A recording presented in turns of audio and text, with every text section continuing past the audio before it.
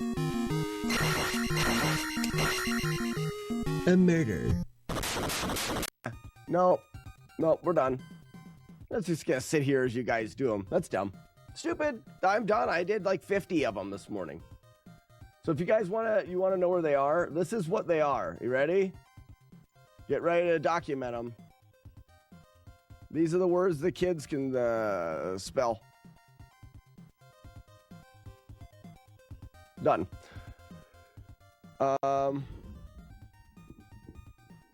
Stop stabbing me in my butthole. That's my least favorite place to be stabbed. Look at this. See, that wasn't right. That wasn't right. That wasn't right. That wasn't right. That wasn't right. That wasn't right. That wasn't right. That wasn't right. They're avoidable.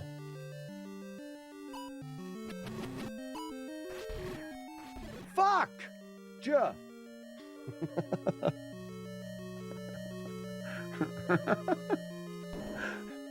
Dang it, tried to save it. I don't think I quite got away with that one. Real cape analysis. The whale is wearing a cape for a cape. Real cape analysis. Another one for Justing? Ooh.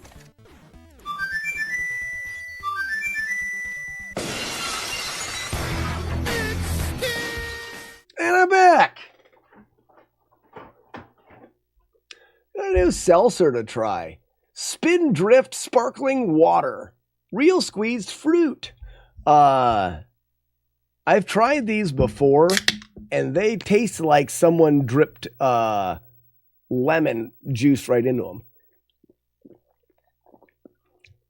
Which is surprising because the lemon is strong enough. I like the strong lemon, but because it's like a fresh lemon squeezed in there and not like artificial lemon flavoring that you're probably used to, it's almost stronger than I think people would like. In a world where life gives you lemons, squirt them into the eyes of your enemy. Hear the lamentation of the women.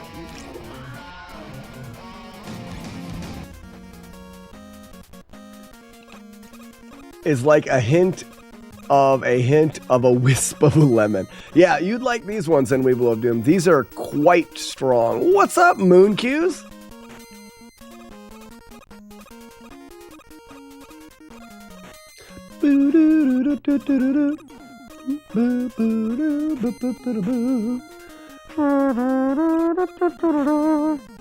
All right, so we're just gonna not bump our head, right? Or not bump our feet. There it is. And then early. Perfect. Perfect. All right, we're good to go. Pop, pop, pop, pop, pop, pop, pop, pop, pop, pop, pop, pop, pop, pop, pop. Ba-ba-ba-da.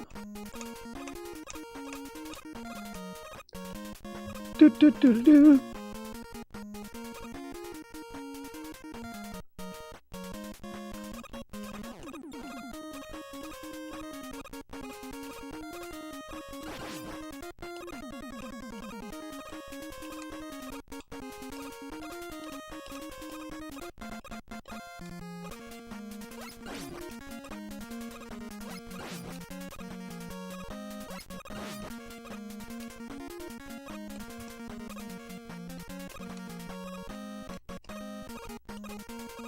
Would you say Mega Man 2 is one of the greatest soundtracks in gaming?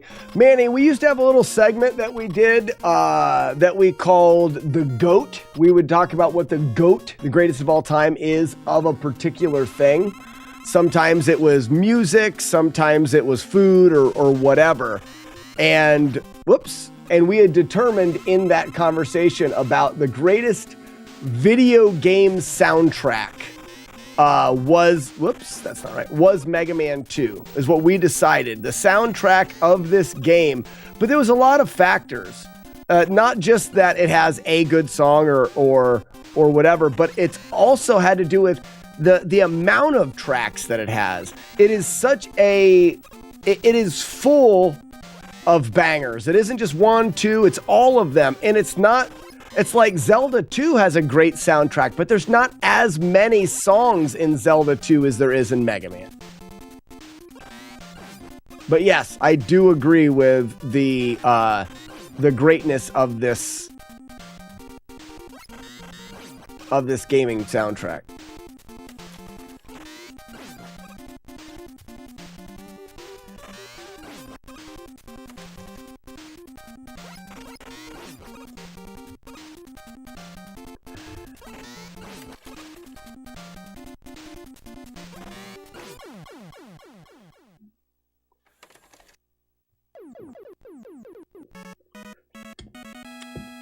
Did you see how Matt D beat Metal Man 44 times in a row without getting hit? No, I didn't.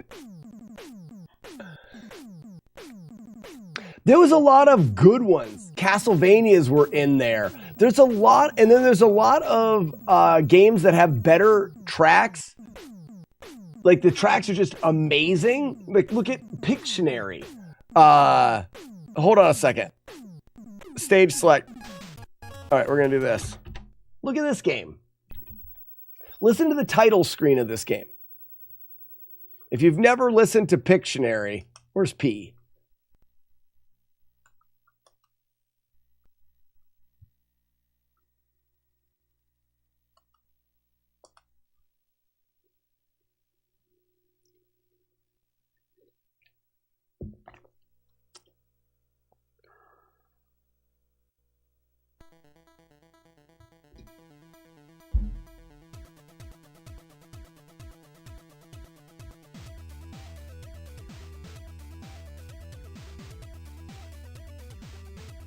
Come on.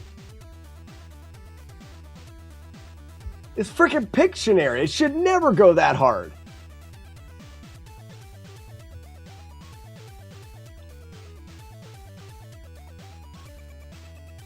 Rabid Retro Gaming did an ad. This game is so quiet. Oh, sorry. Either way, it's got a great song.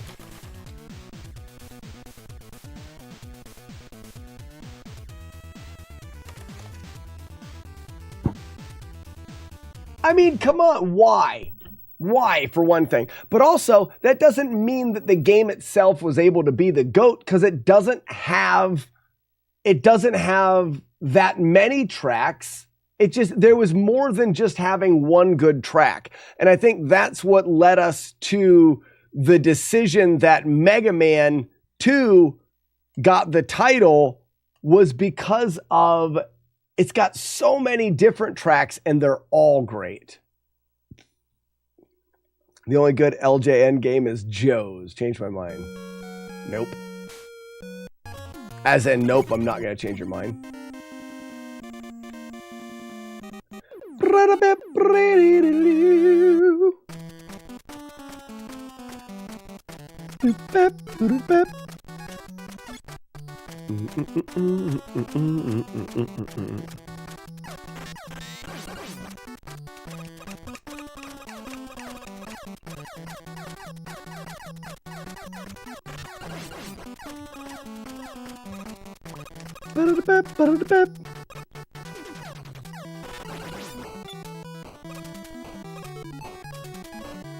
This is like one of the harder guys that we have to fight in the whole game.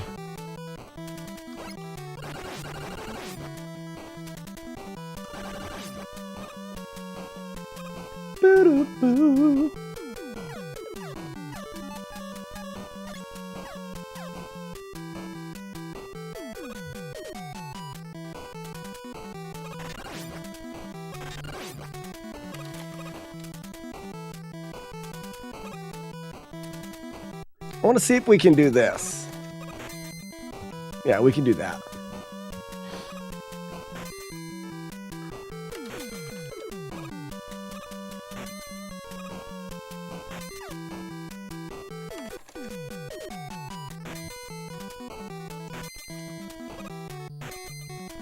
For the record, the soundtrack on the ads was not Boss. Rapid Retro Gaming. Sorry about the ad. Sticking ads.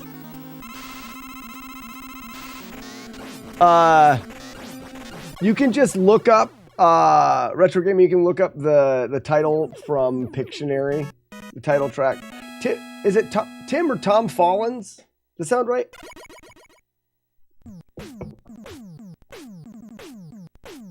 Batman's good. It's just none of them, even the Castlevania games that have a ton of great songs, just don't have as many.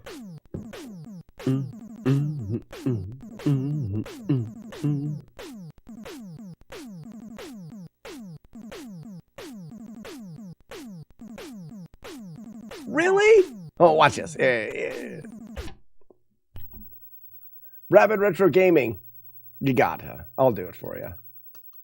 We'll do it again. I know. People just listen to it, but we'll do it again.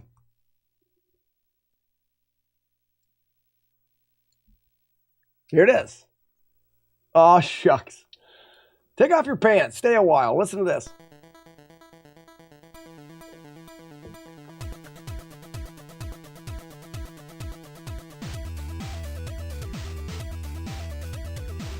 It's Pictionary. Why?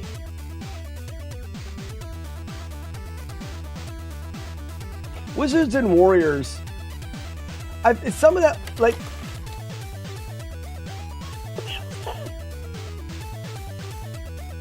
like Wizards and some of that stuff's nostalgia. Don't be confused with greatness with nostalgia. Like things that we listen to so much they grew on us. The first time you listen to this track, it's going to be good.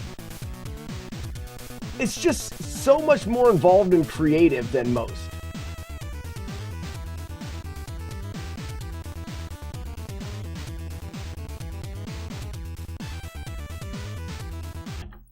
And it keeps going too. That's not even the extent of it. I have it here in the store. Rapid Retro Gaming. You have a retro game store?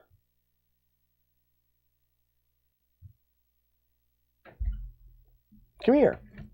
Where are you located? Where are you at? Can we come see your store? Where are you? Just curious. I'm just curious.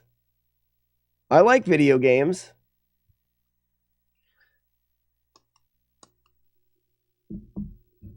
Just curious. You don't have to tell us if you don't want to.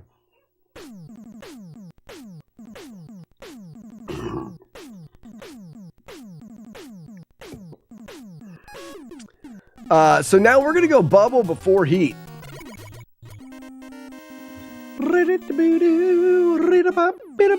Scooping all the poop. I hate this stage.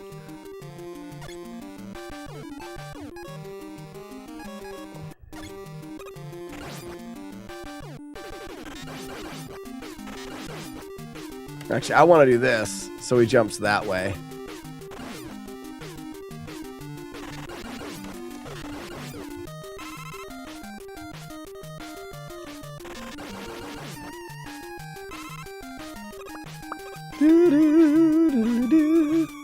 It wouldn't be shocked if someone did the Pictionary track. Crap. Forgot where I was at.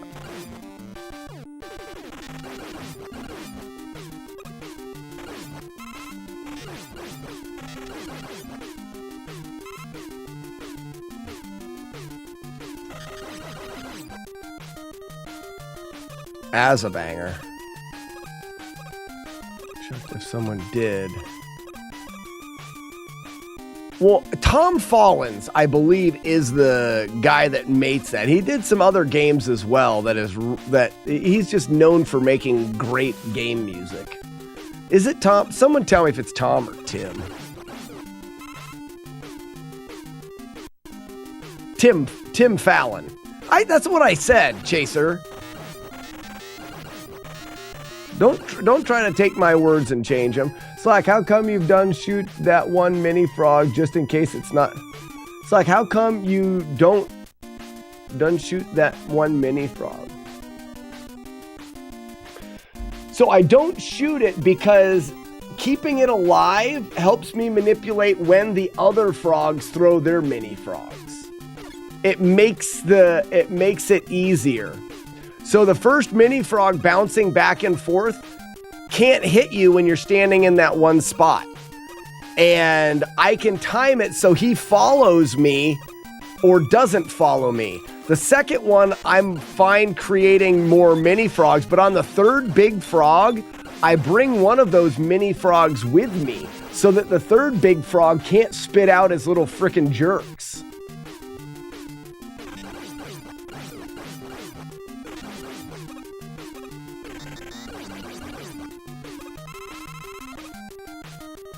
Yeah. There's a strategy behind. You'll find when you're watching me play through these games and routing them, my strategy, most of the things that I do in the game have a very specific purpose. By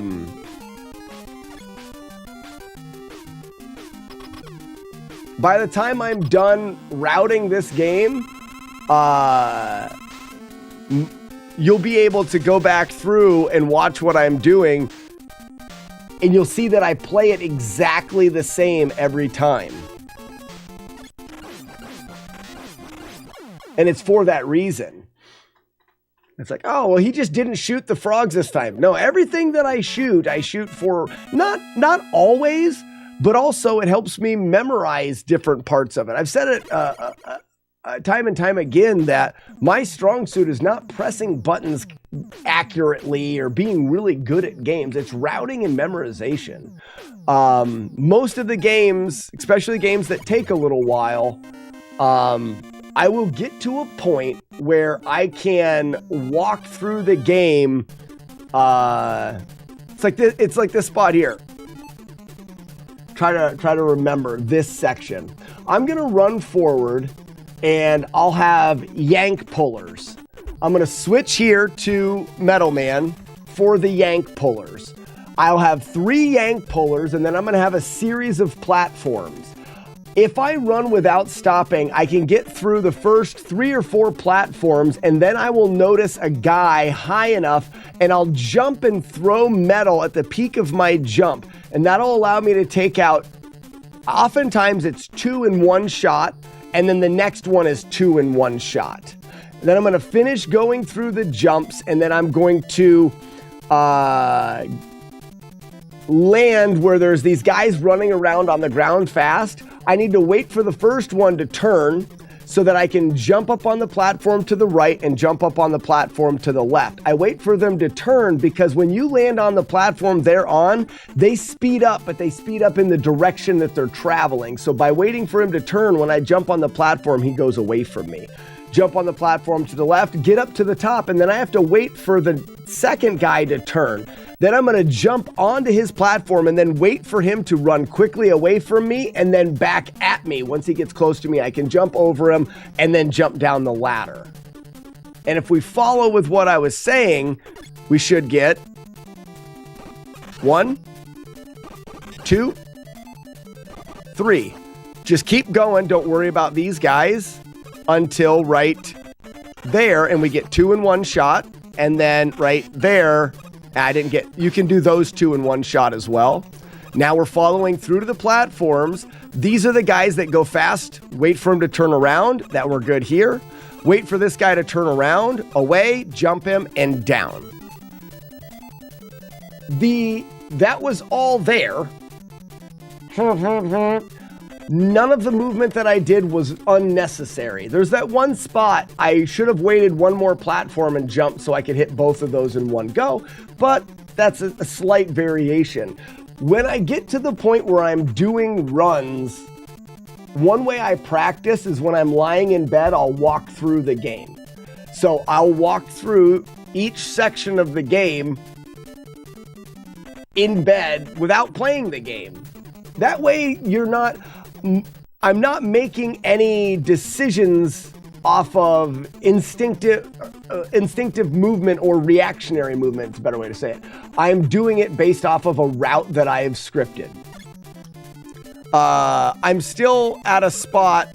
So like, for example, let me try to do the next one.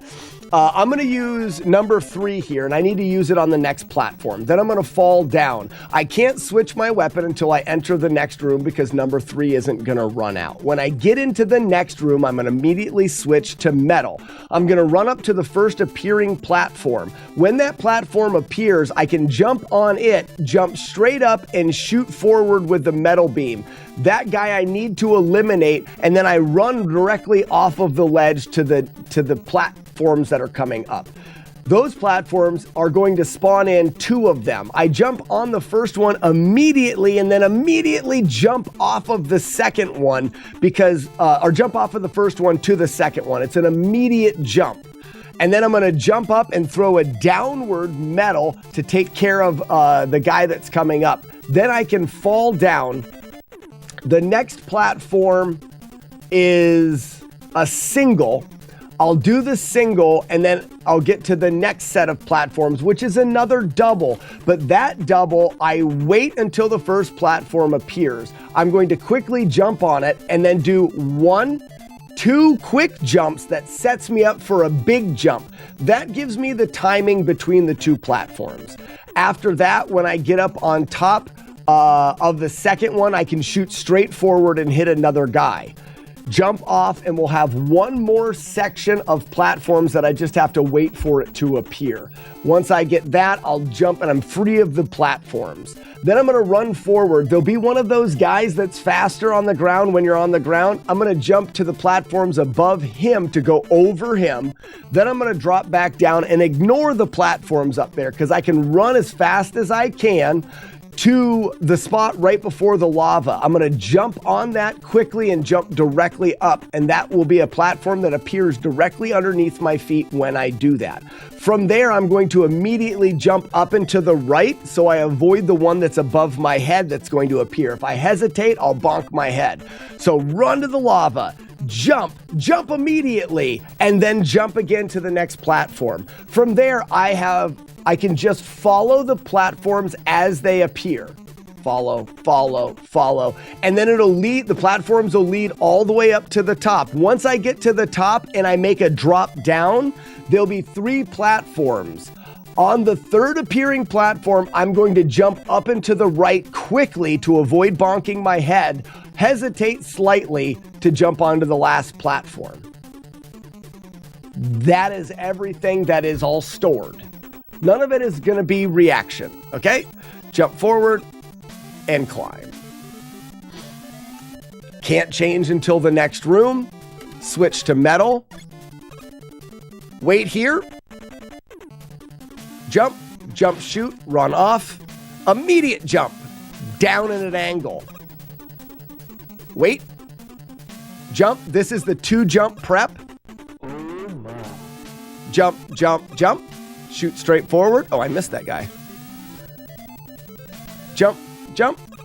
Those are the platforms. Now we got the fast guy. We jump over him. Come down this side. Lava. Jump. Immediately jump. Oh, sorry, I was too far to the right. You have to be on the left. Jump. Immediately jump. Jump again. Now we're going to just use the timing. Wait for him. And it's not until we go up in the air do we even have to worry. Once we drop down, we jump quickly off of the 3rd one. Here's the drop. 1, 2, 3, jump quick, wait, jump, and we're out. But none of that is anything... Easy, Charlie. None of that is anything that I'm reacting to or doing. That's my strong suit in doing these games flawless, is I route. I know what to do, I memorize it, I go through it in my head. If I make mistakes, I go back through it again to get the memorization in there. When I'm playing through this game, none of this stuff am I going to do off of reaction. Anyways.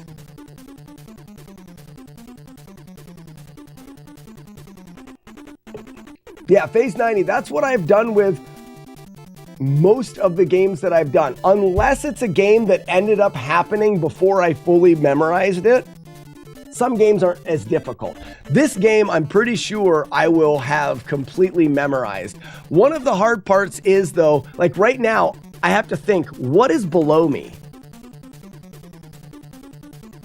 Let me try to think what's below me. I can't quite remember what's in the next room. As soon as I fall, I'll remember. Okay, yep, I gotta freeze this guy in the air. Okay, I couldn't remember. And now it's just the end. Roundabout now, the Funk Soul Brother. His special powers is he's a genius. I'm not a genius. One massive parametric execution. That's a word I don't see. I'm not a genius. I don't even know that word. Manny says, for those blocks, they appear faster the further to the right of each block you're on.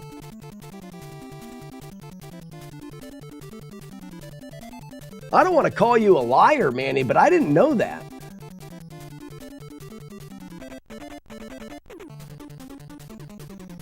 What am I doing here? Oh, bubbles. See, I never got here with bubbles before.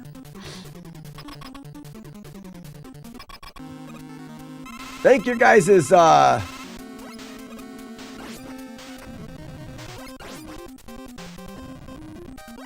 it's so much easier. I think you guys are throwing around the genius term too liberally. After stream is done, make sure you go outside and wave hi to me flying above you on my way to Atlanta. I'll throw you the bird, McMonkey. I leave Boston at 2 p.m., so I should pass by around 3-ish. All right, I will. I will. You better wave back. You wouldn't. Yeah, I would. We're friends.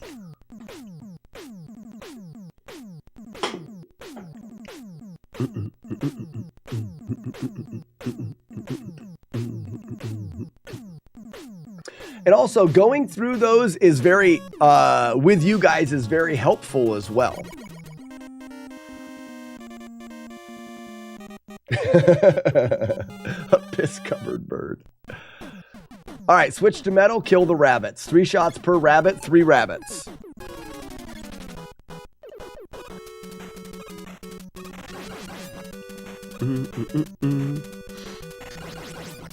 The next one's on the straight stretch, right here. 3 bats. Normally it's the middle one that drops at this timing. There it is. Hang, shoot 5. 1, 2, 3, 4, 5. I shot 6. Turn into the guy. There we go. Bam, bam. Next room is going to have 2 hanging bats. I'm just going to wait with metal. I'll switch to metal right as soon as I run out. Wait with metal and then finish those guys.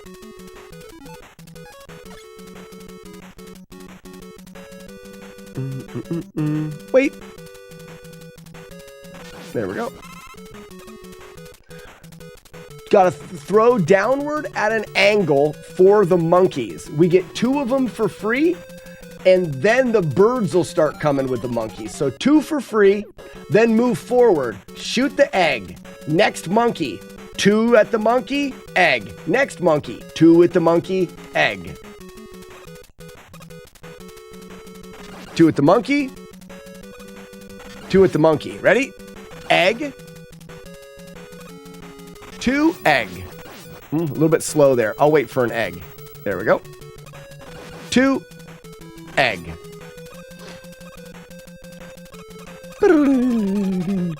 I don't remember where I am now.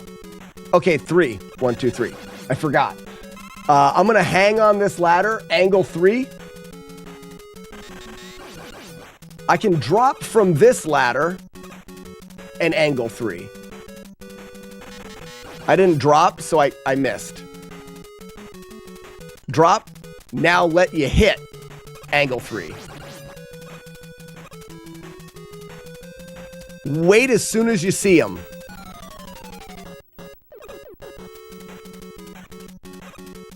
I didn't move far enough? Oh, all the way back to the beginning. That's fine. That was odd. 1, 2, 3. Whoop. Switch to metal.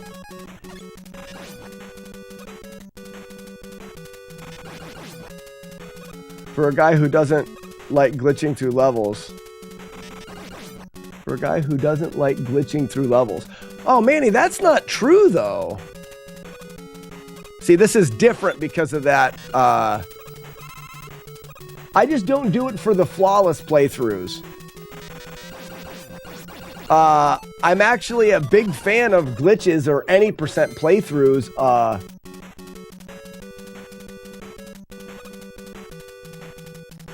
If you pause before you shoot the 4th shot, your energy won't go down.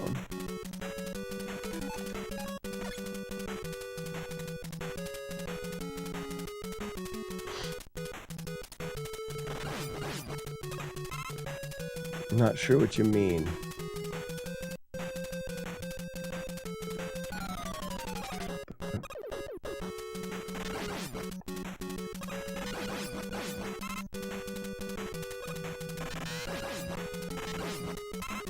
In the pit? Nah, whatever. That was neat. I got him to despawn. I'm not sure how I did that.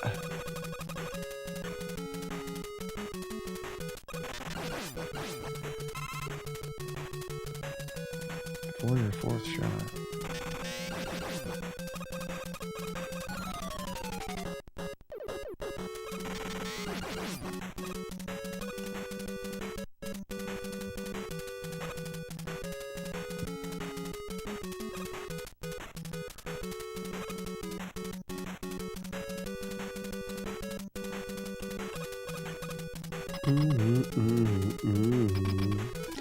Gonna use fire. Whoop, that's not fire. Gonna use heat. If you shoot 4 metal blades, the power meter goes down 1 notch. But if you pause it before you shoot, it won't register. Oh, I didn't know that. I'm not. If I was doing it, I wasn't doing it on purpose.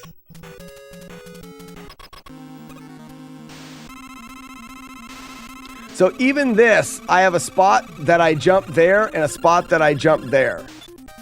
Oh, whoops.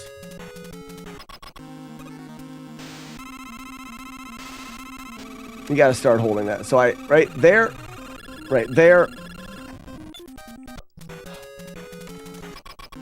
Am I just talking, which is slowing me down? Oh, yeah, for sure. For sure. Okay.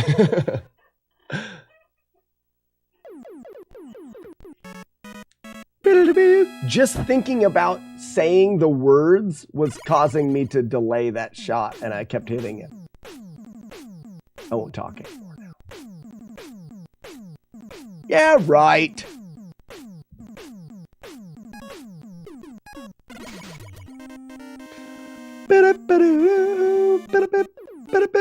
Watch out or he'll blow you.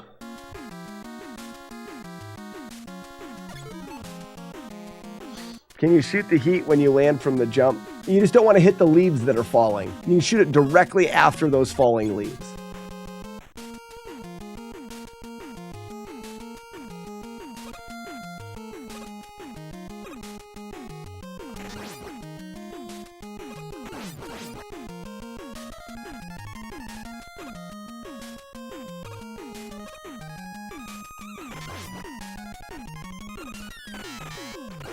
Oops, missed that guy.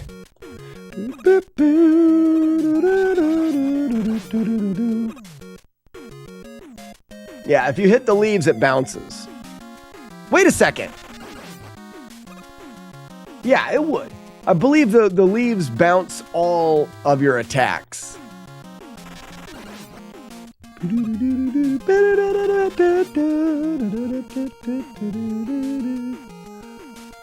Ah!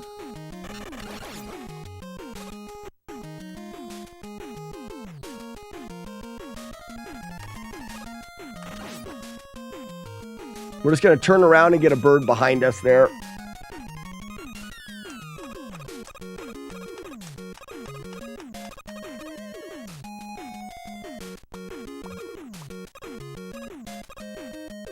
We're going to fire this one up and then do a 2-jump buffer once it goes down to line them up with that one. Now they're lined up together. Allows you to get all the way past that one in one. Shoot the blower, shoot the bird. Line the bird up to fall. Boom. Line the bird up to fall. Boom. Oh, damn it. Is it right here? Yeah, it's right there. Okay, again. The monster. Monster, welcome.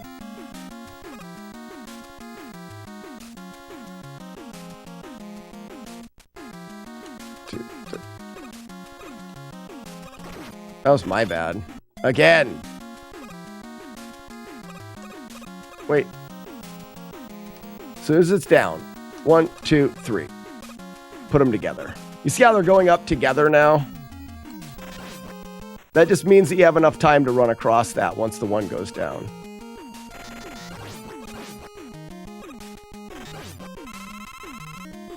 Right here. There's the egg drop. There's the egg drop.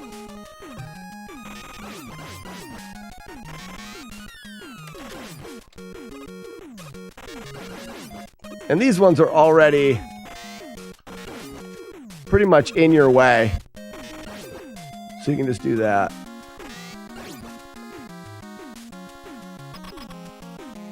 Look like your third grade teacher. Weird. I saw your video about breaking Double Dragon elbow only %. No, it was headbutt only.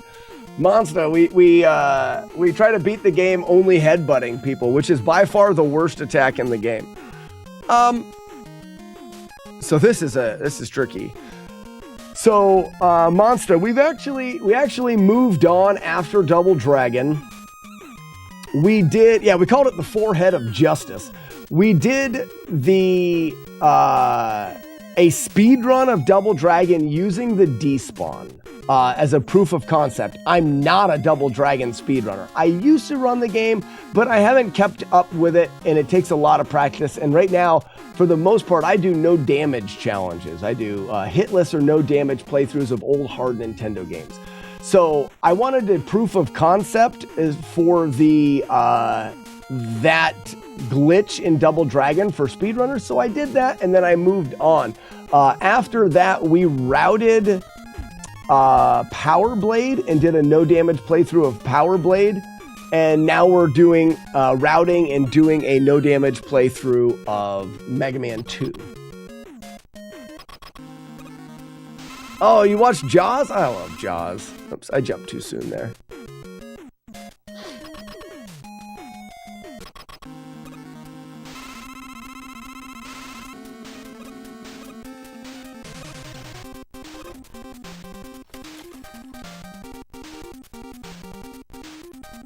This one's hard because you have to land right between them.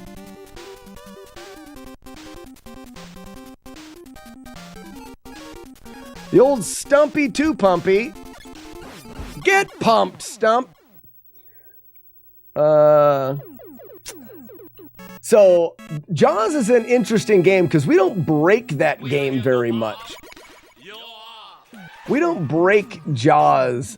We have routed it to perfection. We just know exactly what to do, when to do it to get the exact outcome. There's a lot of very precise movement. But we're not glitching the game to break it. We are just utilizing what Jaws gives you to beat it as fast as possible. So it's a little bit different. But Jaws is a very fun game to play. Not particularly difficult. We have done a no-hit playthrough of it.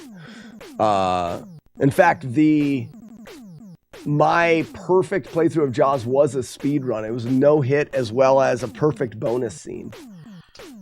It was required in the old speed runs that you did a perfect bonus scene. But the monster, if you have any questions, please don't hesitate to ask. I like to say the more you know. The more you know, the more fun you're going to have. Ask questions about the stream or the games that we play or games that we have played.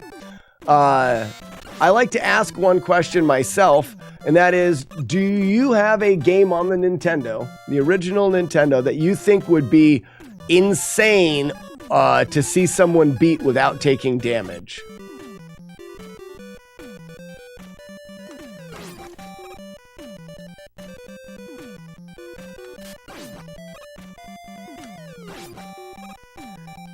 What?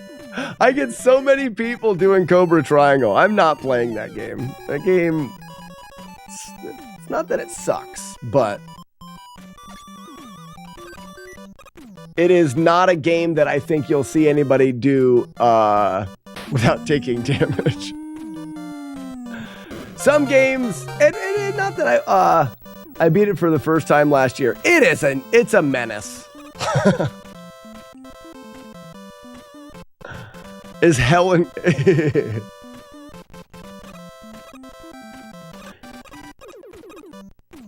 Yeah, Matt, you suggested... Oh, you suggested a game before, Matt? What was your game suggestion? I may have missed it.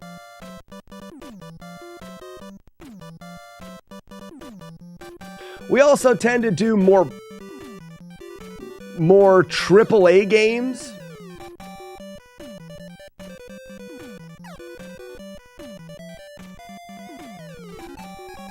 Yeah, so I'm probably not going to do, like you say, Castle Quest. The loop music is hella annoying. I'm probably not going to do a game that, you know, we specifically know is annoying to play. Blaster Master is probably one of the highest on the list, though. Guilty of being right. Where does Ice Climber stop? Like, what is the end of Ice Climber?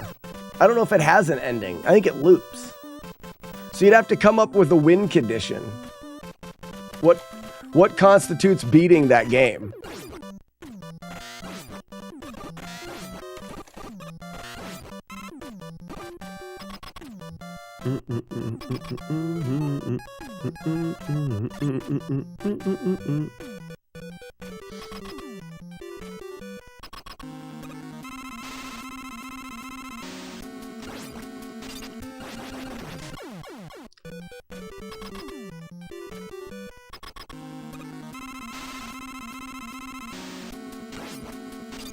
I had to wait. I just went too fast. I really do plan on trying to do Blaster Master. Oh, that's a Japanese exclusive. I'm working specifically on the North American released games and ones that are fun to play and watch. I hesitate to do some of those really odd games, especially if they're really hard and will just become no fun. You know what I mean? I played all 47 of Rare's games last year over a month. Just got finished buying the last of them a few weeks ago. Also beat Marble Madness. Marble Madness is so good.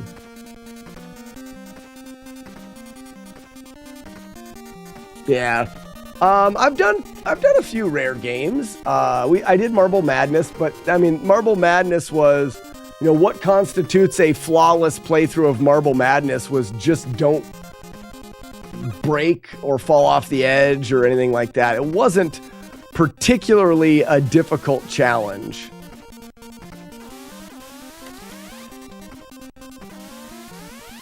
Yeah, no Akari Warriors at least yet. Now, I did route Akari Warriors.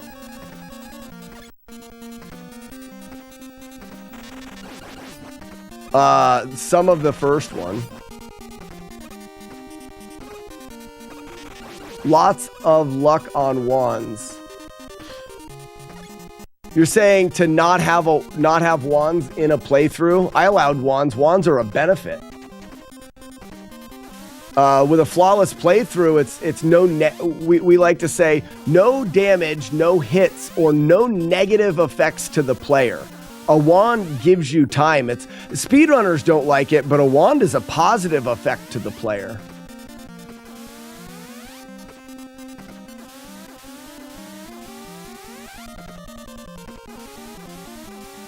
Still remember the Ninja Gaiden run?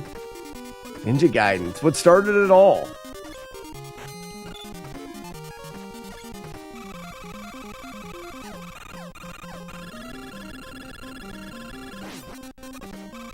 Well, I don't do that there.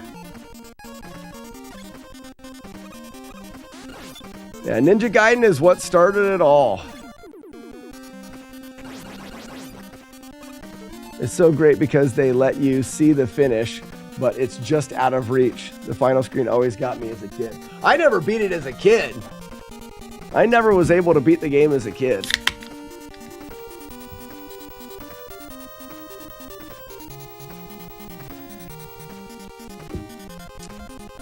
Have you beat? I did. I did a flawless playthrough of Snake Rattle and Roll. Is on some other level. I finished it with save states just to see what it's about. The game is jank and the game is broken. That foot, I know, right?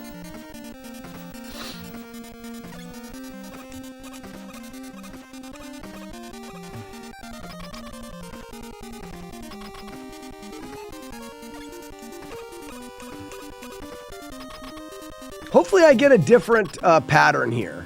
I always get the big jump. There is a different pattern. I think I want to go here. Oh, I don't want to go there. Okay. I think, what if I stayed right here?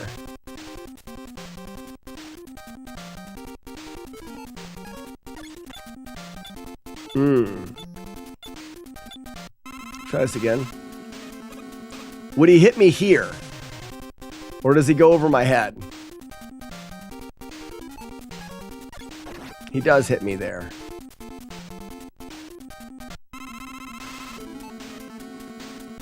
Whoops. So I think I can do this.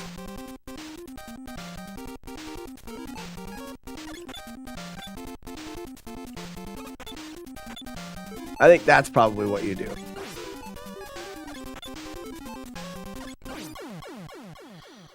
You stay there, you hit him, you let him jump over you, and you go. You just hope that you don't get ranged. I had to use save states to beat the foot. The first 10 levels took me about 90 minutes. Oh, so the monster. I have to clarify some of the rules for flawless challenges. Flawless challenges are not 100% playthroughs for me, and this is only, I mean, the flawless challenges are just my own personal project, but because it's hard to determine what 100% is. So for example, how much of the game do you have to play to be a flawless playthrough? And you get into such a gray area that, well, it's 100%. You got to do the whole game. Well, does that mean that you have to? I'm just gonna pause here for a second. Does that mean you have to? Hey, Matt, Holy Diver, luckily is not a U.S. release, so I won't have to do that one anytime soon. Holy Diver looks stupid hard. We've loved you. Thank you for the gift sub to Callous Hope. Hope, welcome, and enjoy your complimentary bag of nuts. And a gift sub to Monsta. What was I saying? Oh, so instead of worrying about what is 100%, the requirements are no hits from any of the enemies that are avoidable, no damage from any of the enemies that are avoidable, no negative effects on the character. Here's an example. In Zelda 1, if you get hit by a bubble, it doesn't damage you, but it does take away your ability to use your sword. It's avoidable, we have to avoid it. So no hits, no damage, no negative effects. That is what constitutes the run. Now, if a game has a shortcut in it, you can use it. If a game has a warp, you can use it. It is a mechanic of the game that is built into the game. So it is free game. We don't avoid any game mechanics. So for the sake of Snake Rattle and Roll, there's warps that allow you to skip a lot of the game. Now, we don't use glitches that skip the game, but if it's built into the game by the manufacturer, by the developer, that it is something that they intended you to be able to use, we use it. If we want to. Also, we can choose to not use it because a level's fun to play. I mean, we create our own destiny.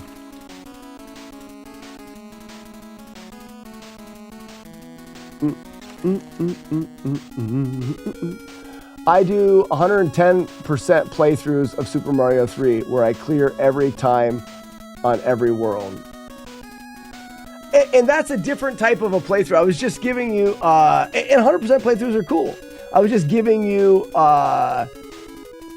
what kind of we follow with the flawless playthroughs. If you ever go to my YouTube channel, there's a playlist called FlawlessNES. It's got all of the playthroughs. What's up, Matt? Yeah, I don't know if I could play with a keyboard. We're going to spawn that bird behind us so that his little birdies follow us.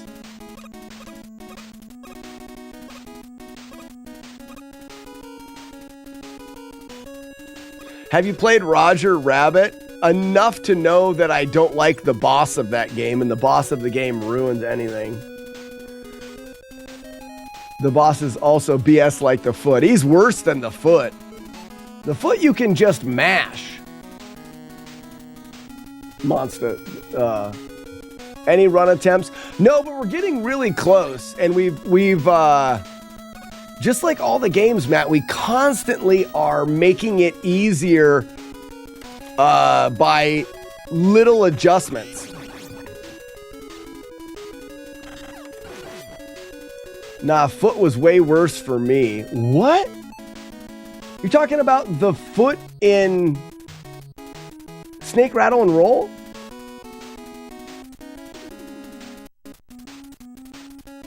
I don't think I have a save state for it, otherwise I'd show it. I had to look it up on YouTube, the video, to figure out how to beat them both. So the foot in Snake, Rattle, and Roll, I just got up to the top corner and mashed. Like...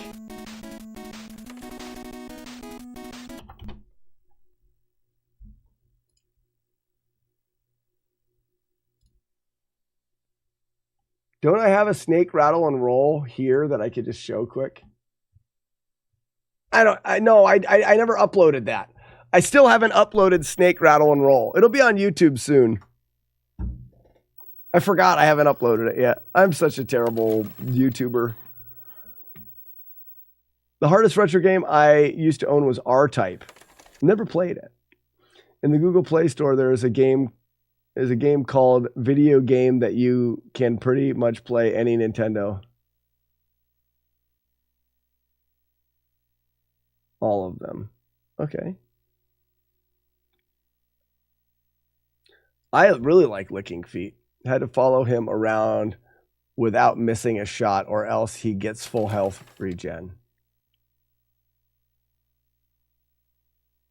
I just mashed. Do I have Snake, Rattle, and Roll here?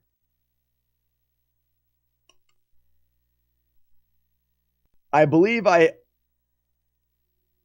no, see, I never even created save state. I created temporary save states for Snake, Rattle, and Roll. You keep reading questions I can't see. Oh, sorry about that, Matt. Yeah, that's because Twitch doesn't want me to show YouTube because I'm a partner on Twitch. I really like Tiny Toons games on NES. A no-hit on that would be cool and kind of doable. Tiny Toons would be fun. Oh no. I needed that, but I waited too long and it disappeared. We'll be fine.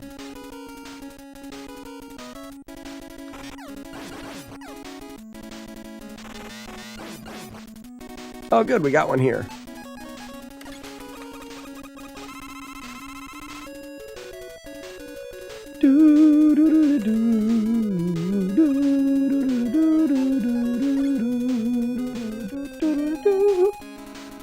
Yeah, I'm trying to think, Matt. We've solved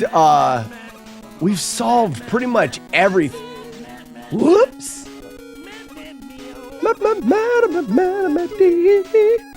We've solved pretty much everything, which is really exciting.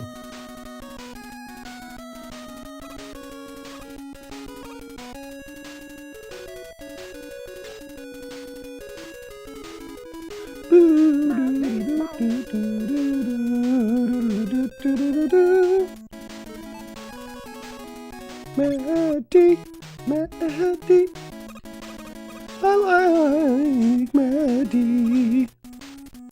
The boobies. Big old boobies. Big old boobies. Put them on my face. Put them on my face. The boobies. Big old boobies.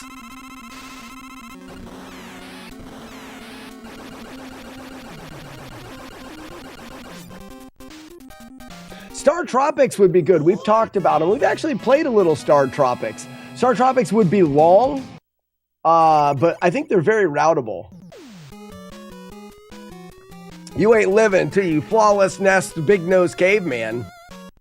Weevil, I'm afraid if I did that, you'd leave because you would have succeeded in my stream and would never come back.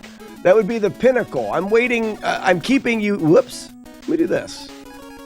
Oh, two's full. The boobies. Big old boobies. Big old boobies. Put them on my face. Put them on my face.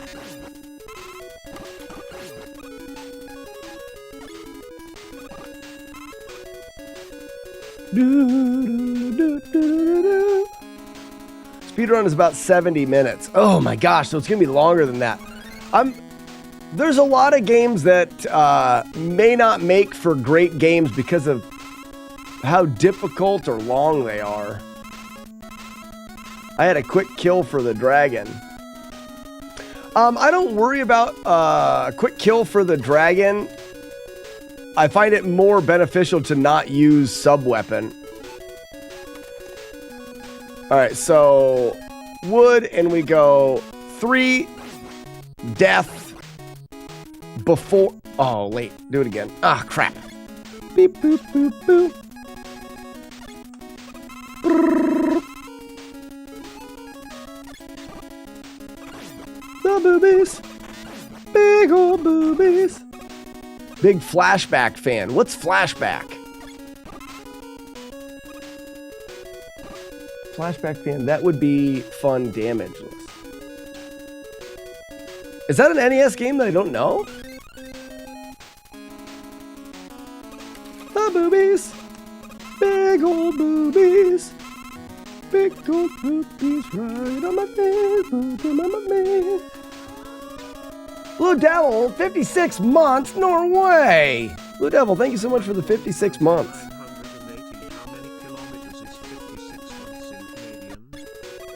All right, boom, on the death, in front, on the death. I should never miss that. It's 27 years, 23 years. Oh, sorry, pardon my French.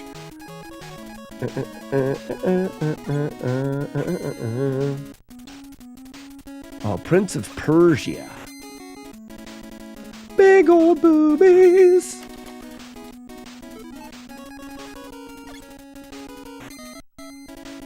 Oh, it's not. I use my boobs next. My balls. I think this boss is the ball boss, right? Yeah, next up is balls.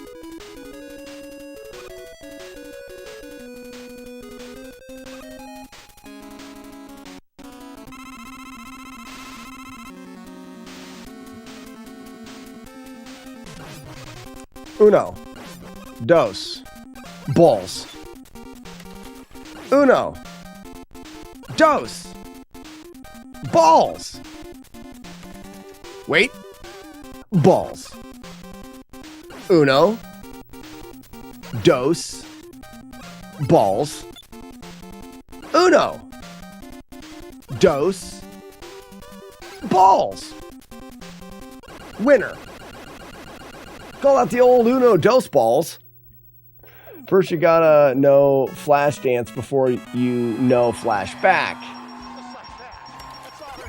You can go through the chains. Shut up. We need a VHS tape that says proof you can go through the chains. Brutal Pencil. A battle as old as time, as old as rhyme. Balls versus bricks.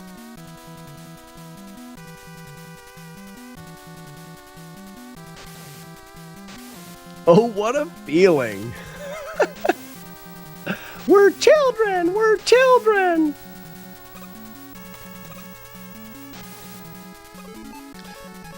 Metal.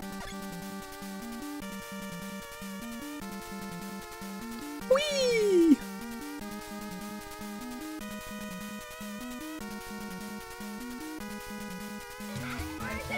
Speaking of which, I haven't seen...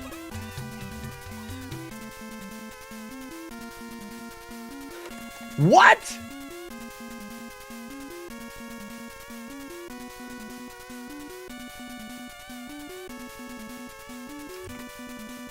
Oh, there they are. Oh, you use the children command.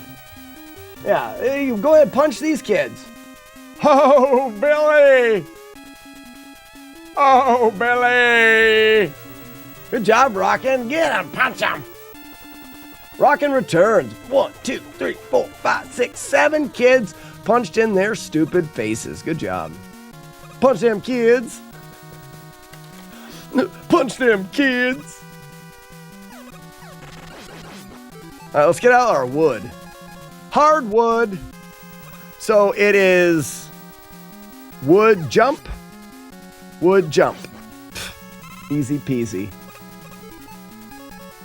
We're going to use the Quebec. This is the Quebec weapon. We only use it once in the game. Jump in 3 shots from the middle with a Quebec weapon. 1, 2, 3. Whoa, shit. 1, 2, 3. 1, 2, 3. Give him the old Quebec. Right? Yes. I'm going to haunt this stream and play all the sounds to mess with Slack's tiny brain. Quebec man is pink confirmed. That's what we gotta call that last guy, Quebec man. What do I need here? I don't use 3 again, do I? Having a stroke? I don't think so. So I can just use wood and go. So I've got plenty of bloobs. Quebec man.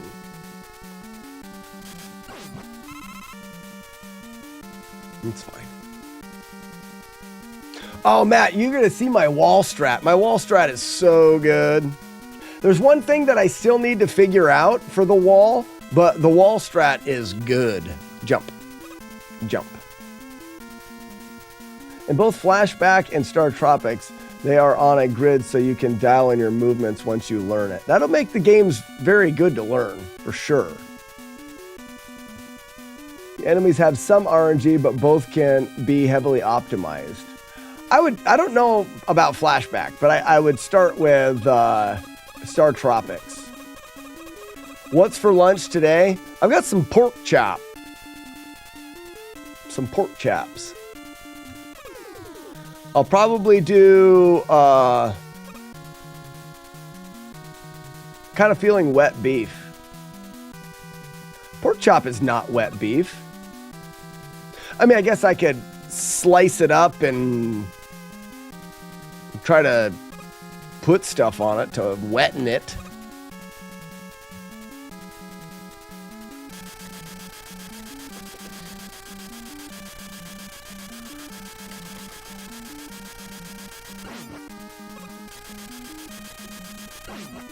Eat it with gravy. Pork chops and applesauce. Yeah, actually, that's a Brutal Pencil. It's a good idea. I got some applesauce.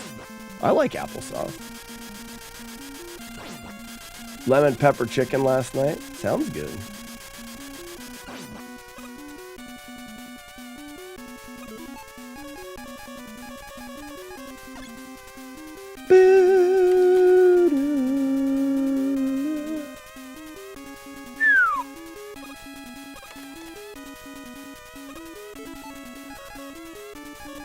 Isn't it Airman? I think so.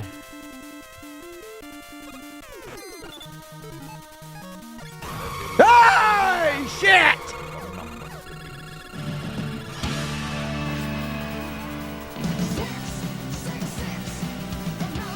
Not cool. Rockin' returns. What was it? Release the beast. What was it? Arno says, Beanly Bun, Jower, Monsiour. Beanly Bonjour, Monsiour.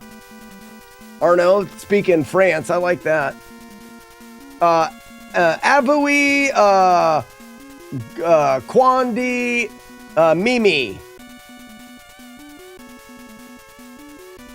Damn it. You like Friday the 13th? Couldn't beat it as kid. Watched a 9-minute tutorial video and beat it first night. Monster, yeah, we have a no damage playthrough of Friday the 13th. It's a good one once you understand how the game works. Okay, I'm alive. It's fine. It's fine. It's fine.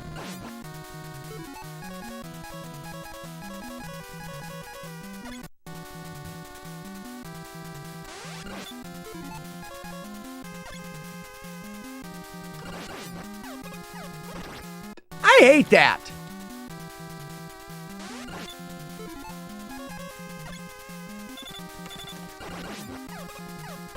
That's the problem.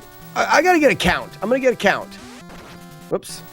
So as soon as he hits the ground, 1, 2, 3. I need to do it on a 3 count.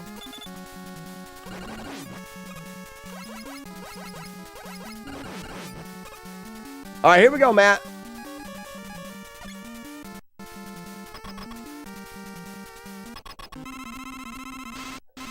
Sometimes I wonder why I watch all this dumb and then I remember. Is that freaking jump scare stupid? So, Matt, there is the way, I'll show you the first way, which I think is the way I'll probably end up doing it. Up here, shoost, turn, full jump, shoost. Jump, shoost, full jump, shoost. Oh, that was too early. Oh, no, I was jumping that one. Start again. That's my fault. I forgot I changed that. See, now I'm working through different strategies and now I'm being stupid. Again. Stop it! It's because Matt's watching me and I'm nervous. Stop watching, Matt. You don't have to actually stop watching. Just tell me that you are. And then I just wait here. Nope. It's fine. I still got it.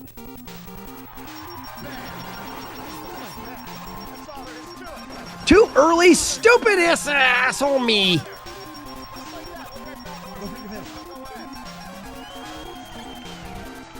Too early again. I am just an idiot.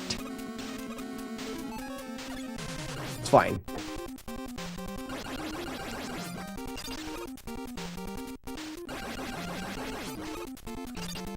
That's too low. No, it was all right.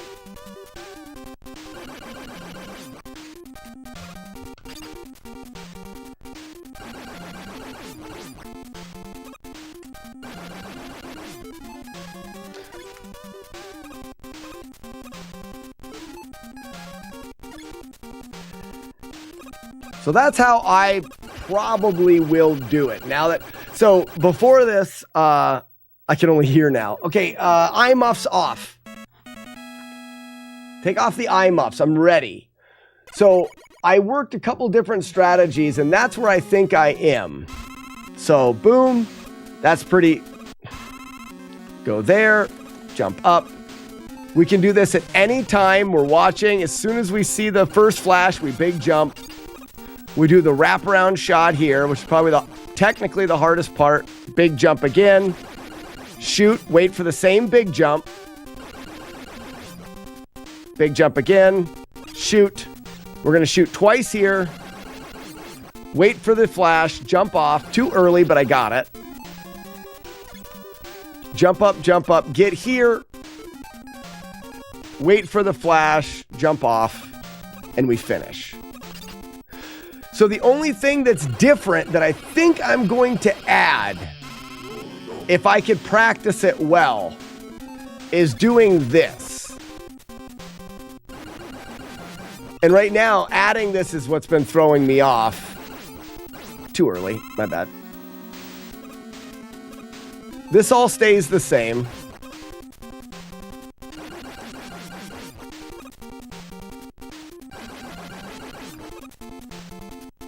Here's where it differs.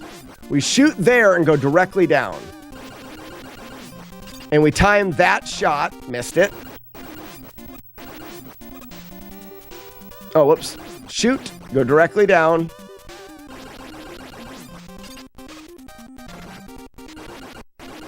So, oops.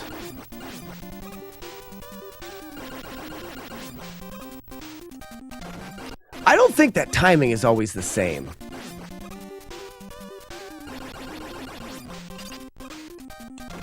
No, I need to wait for him to shoot at me.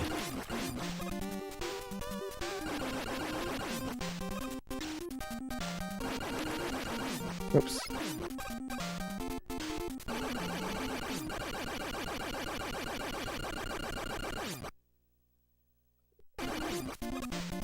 So we shoot back.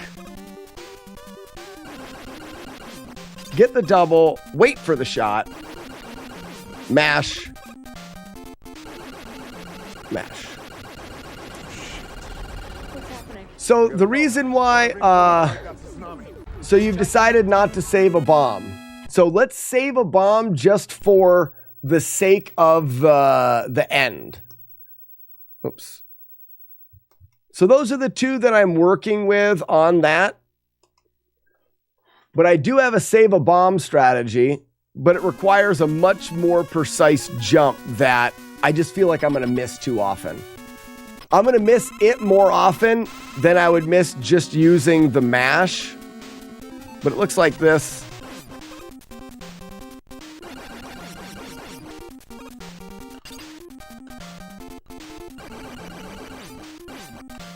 All right, I missed that, but that's fine. We're just going to go with it. Let me do it again.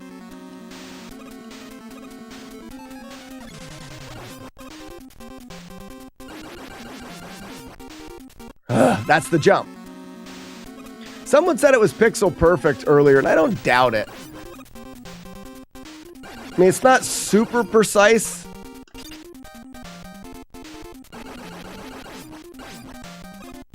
But it's precise enough. And then I missed that. That's fine. I'm just going to keep going with it.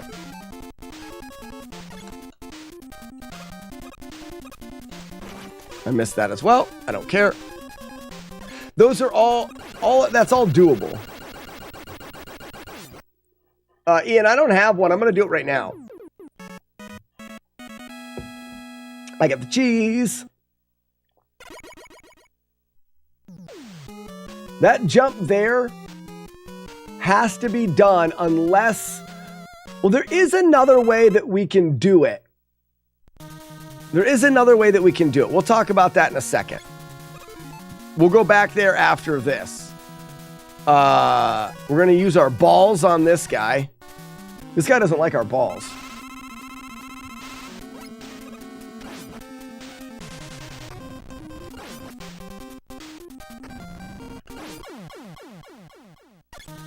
After our balls, we do this. Nah, that's a hard pattern. I just gotta be faster.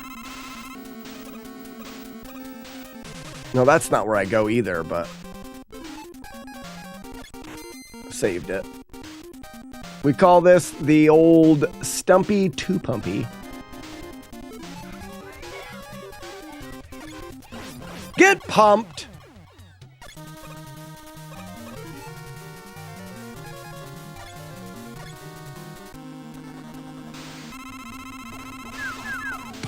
Ow, my lucky face! Okay, it's not charged all the way. Oh, crap. I didn't save it here.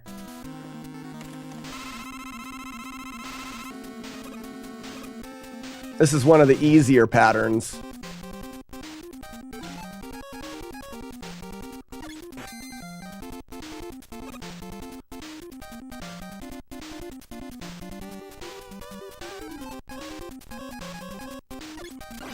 Get pumped.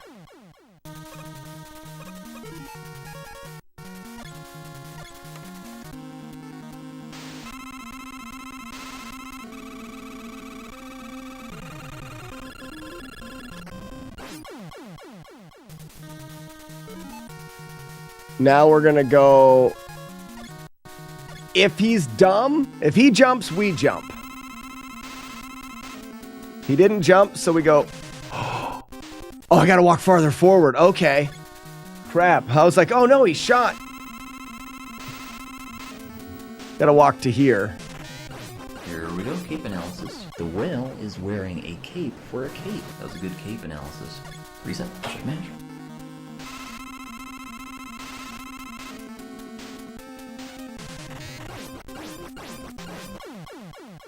Alright. Let's get a jumping strat. No jump, we walk to here. I'm gonna keep loading until I get a jumper.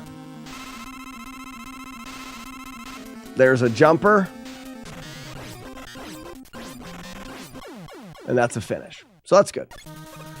Alright, here we go here. Whoops.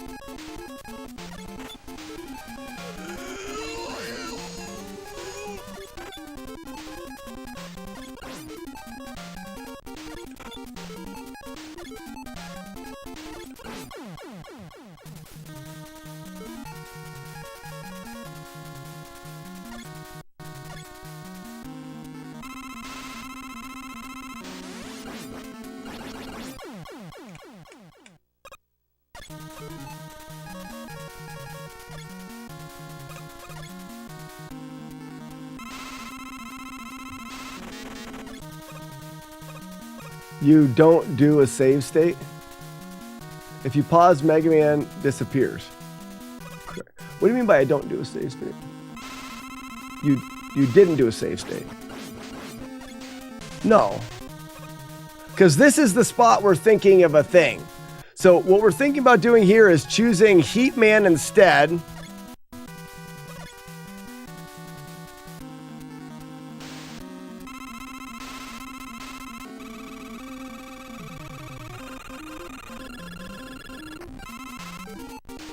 And then we switch to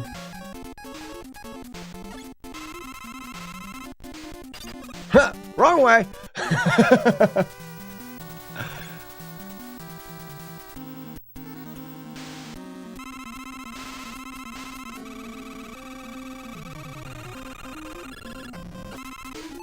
Oh, he's already bouncing a ball?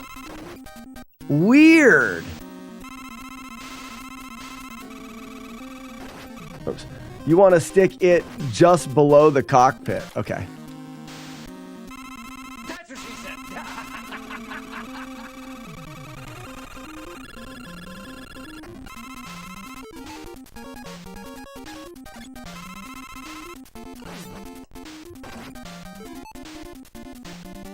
Oh, you need to actually stick the bomb?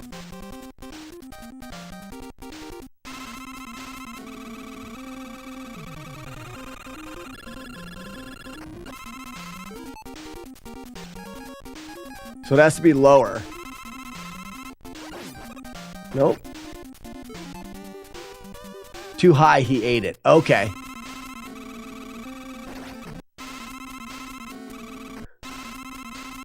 All right, you can hold the button in the transition.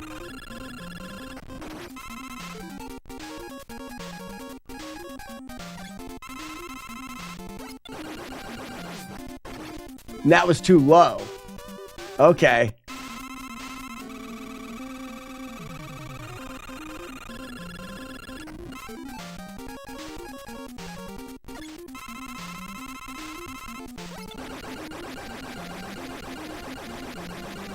Gotcha. Gotcha. That's what she said. Boop, boop. It's definitely not the way that I'm going to intend to do it. But I am going to use Heatman here. For that. Then I switch to Metal. And just finish him with Metal. Because getting the bomb is more precise, and I don't want to do that. And the bomb throw is more precise.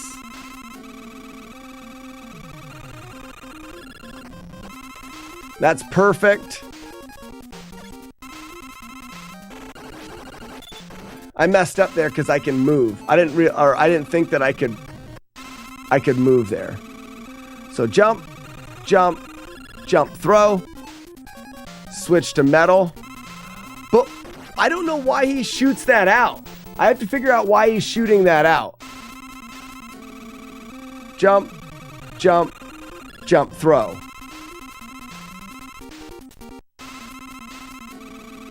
Jump, jump, jump, throw. Jump, jump, jump, throw. Oh, it must be if you shoot it out and it's right when he's going to shoot, you kill him and switch and he turns into... So I think as long as I'm early, 1, 2, I won't ever get it. I got underneath him too far. Okay.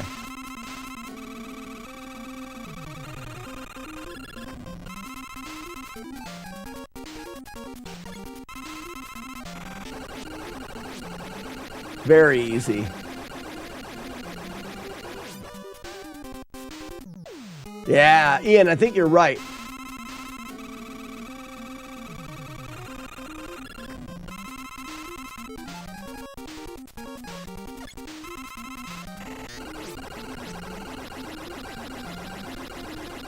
I like that.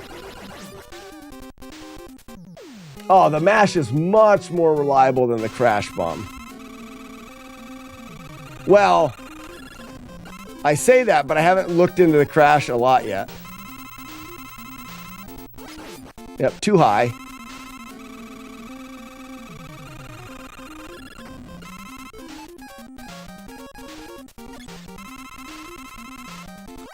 Too high.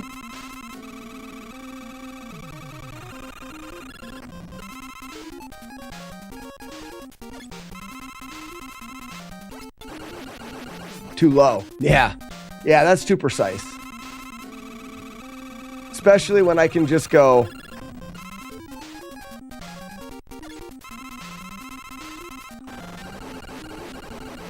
and mash. I think it has to do more with how far away Mega Man is from the ship. For that shot?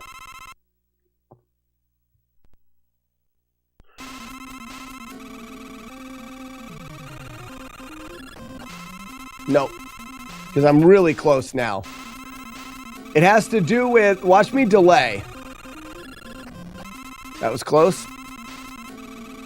I'm going to delay. I got to let him get the last shot on the screen. Okay, that was too late.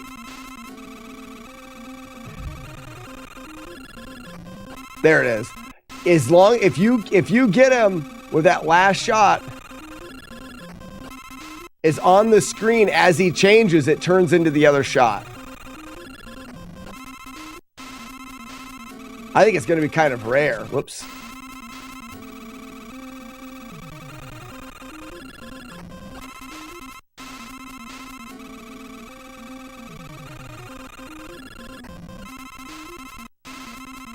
I'm going to try to go earlier. Whoops.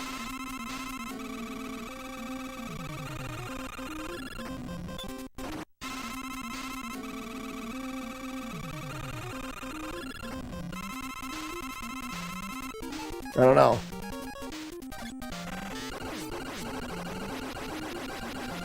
I hope that doesn't happen. Yeah, the white bouncy ball thing. I'd have to look back to see what happened, but the stage 4 boss, the wall bombs, is so much easier with that. And it's not making that boss easier. It's not even making that boss harder. So I would be making both spots of the game harder. That doesn't make any sense.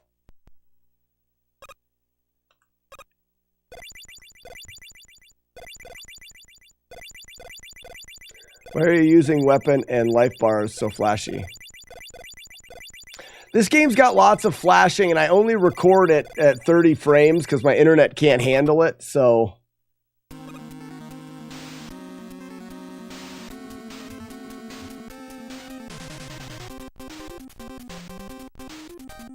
Yeah, Silverhawk, the one-shot phase 1 is plenty good help.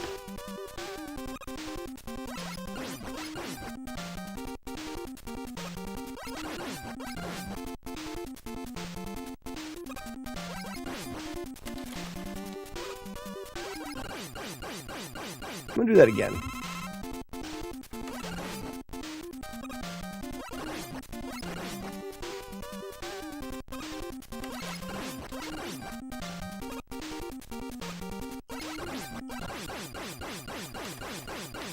It's a little bit trickier than I want it to be. I want that to be more free.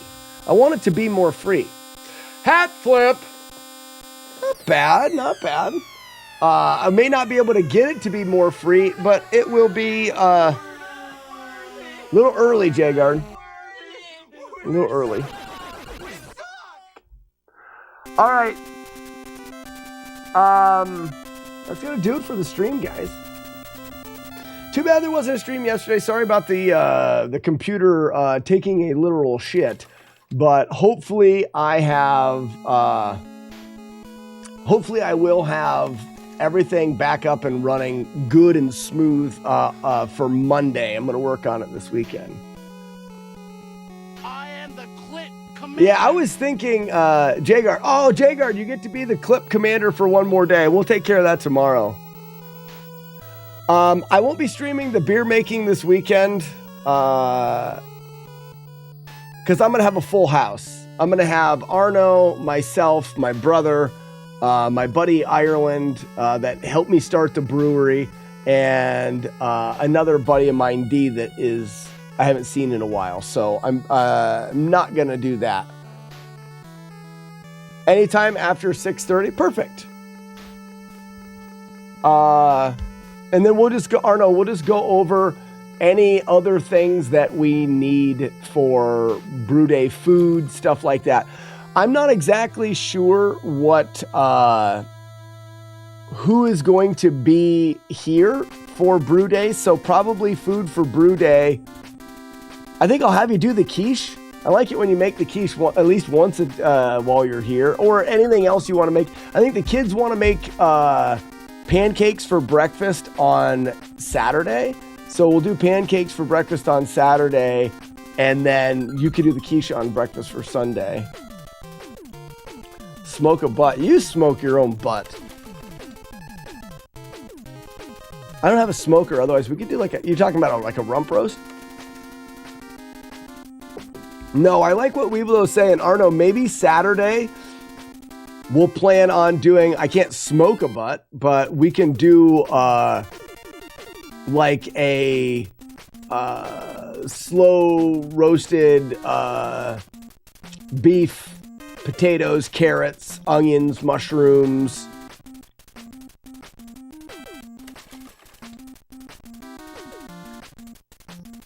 We can do pizza too. Nice. Yeah, so the one thing with pizza, if we order pizza on Friday, that's perfect. I don't want to do something that takes extra energy because we'll be brewing beer. And then Saturday, I want something that we can set and forget because I've got a lot of work to do. I'm going to put you to work on that room. When we talk, we'll talk more about clothing and stuff. If we're going to be here helping me with insulation, You're going to want to wear long clothes. We'll talk. All right, guys, I'm going to throw you guys over to the replay channel. If you're new here, you may not know. Replay. That's all caps, damn it. I have a replay channel that, replay that plays 24 hours a day while I am not live. I started that replay channel because as a live streamer for 7 years, there is so much time that I've live streamed that most people have not and will not ever see. So it only gets played once, and then those streams die. They go into an archive, and they're never seen again. So I try to record everything, and the replay stream replays streams that you've missed, and all of the things that we've done, the games we've dissected, when did we create the Kid Puncher game? It's in the replay. You may go to the replay stream, and we're coding that. You get to figure out and see all of those things that you missed over the years. Also, the replay channel is a great way for you to help the stream financially by lurking in the replay stream. At no cost to you, if you lurk in there, it generates a little bit of ad revenue for me. It's not much, but every little bit helps. And it helps me continue to be able to do this every day, and I greatly appreciate that. So we're going to get that started right now on the replay stream. We're playing Street Fighter 2010. That game is freaking awesome. All right, ladies and gentlemen, until tomorrow, have a fantastic day. Warlord Zen. Who put 2 L's in front of that? What a loser. Thank you guys so much, and we'll see you tomorrow. Bye. Bye-bye. Bye-bye. See ya.